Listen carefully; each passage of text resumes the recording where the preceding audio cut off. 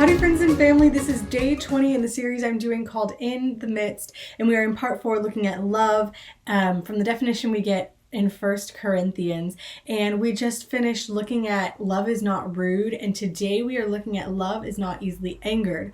Your version might say irritable, it might say not easily provoked to anger, but these all mean the same thing. We don't get angry easily. And the first thing we want to recognize is that anger is not a sin.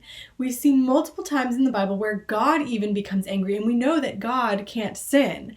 But he does get angry. He has a righteous anger, and he is angered by sin. We see in Deuteronomy 9:18, I fell down like the first time in the presence of the Lord for 40 days and 40 nights. I did not eat food or drink water because of all the sin you committed, doing what was evil in the Lord's sight and angering him. So the Lord is angered by sin, but he is slow to anger. In Joel 2:13, we see, tear your hearts, not just your clothes, and return to the Lord your God, for he is gracious and compassionate, slow to anger, abounding in faithful love, and he relents from sending disaster. So the Lord does get angry, and this shows us that anger itself is not a sin, but he is slow to anger.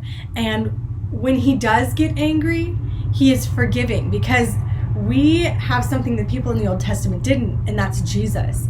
Jesus' sacrifice wipes away our sin. We've talked about this several times. We talked about it last time, that he makes us righteous. And so when God looks at us, he doesn't see the sin anymore. And so he is able to forgive us.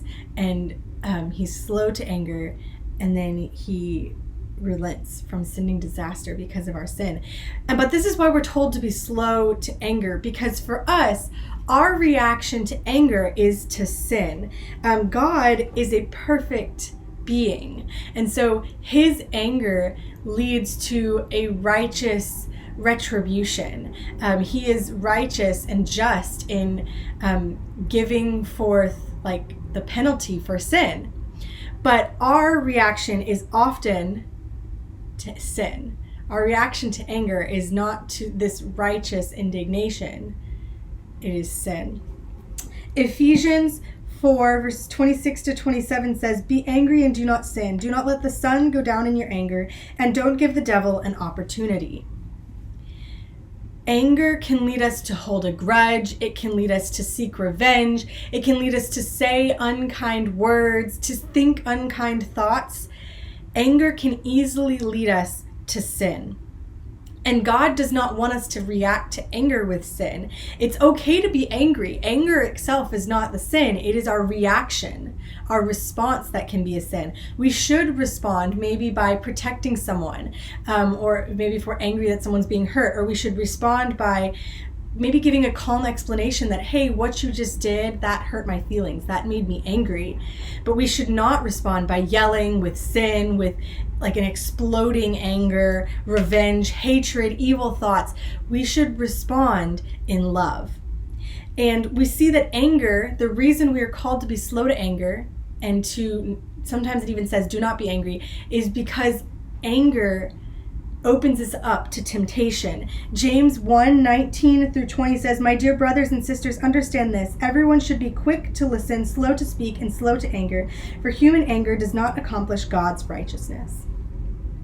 By being told, be slow to anger, we are being told to flee temptation, because it opens us up to the devil tempting us to sin. He is not saying being angry is a sin, but he is saying that we should not make it easier for ourselves to sin, because human anger easily leads to sin. And being patient and kind and forgiving, compassionate, thinking of others, these things can help us to be slow to anger. So no matter what you feel, this passive feeling, react out of love, not anger or sin. If you're memorizing Colossians 3:14 through 15, this is your reminder to do that. Thank you so much for joining me, and I will see you guys next time.